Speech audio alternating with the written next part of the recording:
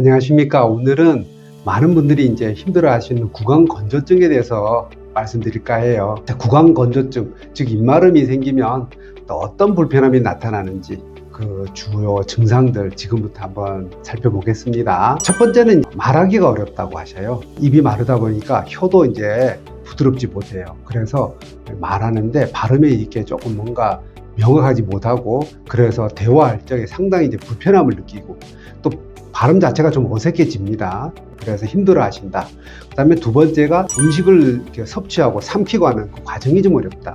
입이 건조하다 보니까 음식을 먹을 때 우리가 침이 이제 충분히 이제 섞여져야 되는데 그게 잘 안 되게 되고, 침 속에는 그 소화 효소들이 있거든요. 그런 것들이 충분히 이렇게 묻혀져서 넘어가야 되는데 그게 좀 잘 안 되고, 그리고 수분이 있어야 침을 삼키기가, 음식을 삼키기가 좋은데 잘 삼켜지지가 않는 거죠. 그리고 혀가 건조해지다 보니까 이제 그게 오래 가다 보면 혀가 이제 갈라지기도 하고, 또 열이 나기도 하고, 또 통증이 생기기도 하고, 염증이 생기기도 하고, 이런 증상들이 이제 생길 수가 있습니다.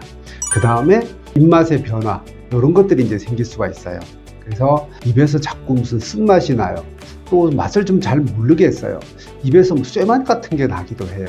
뭐 하여튼 이런 그 여러 가지 이제 말씀들을 하는데, 그런 미각의 변화, 아무래도 우리가 혀에서 그 맛을 느끼려면 음식물이 녹아야 되거든요. 근데 그 잘 안 녹아지다 보니까 음식의 맛을 잘 못 느낀다든지, 또는 조금 이상하게 느낀다든지 이럴 수가 있습니다. 그리고 소화 장애가 이제 생깁니다. 아까 말씀드린 것처럼 침 속에는 소화 효소들이 있어요. 아밀라제 이런 것들이 있는데, 아밀라제는 이제 탄수화물 이제 분해하는 효소예요. 침이 잘 안 나오다 보니까 탄수화물 분해가 잘 안 되게 되고, 또 리파제는 이제 지방을 분해해 가지고 우리 몸이 필요한 이제 그 지방산도로 만들어 주거든요. 근데 그게 잘 안 되다 보니까 소화 흡수가 잘 안 되게 되는 거죠.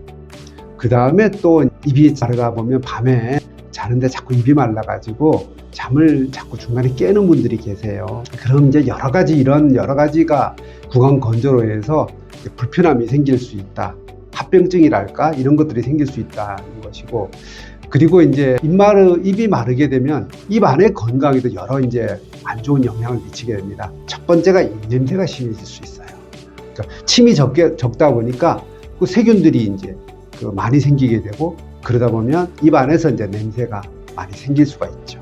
그 다음에 침 속에는 그런 그 살균 성분들이 있거든요.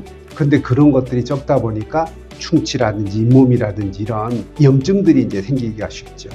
그 다음에 세 번째가 당연히 이제 입술도 건조해지고, 또 구강 점막 안도 이제 건조해지면서 그 안에 이제 구내염이라든지 뭐 헐기도 하고 이런 것들이 생길 수가 있다 말씀이고, 그 다음에 이제 어르신들 같은 경우에는 틀니를 쓰는데 거기가 이제 건조하다 보니까 틀니하고 잇몸하고 자꾸 마찰이 돼요.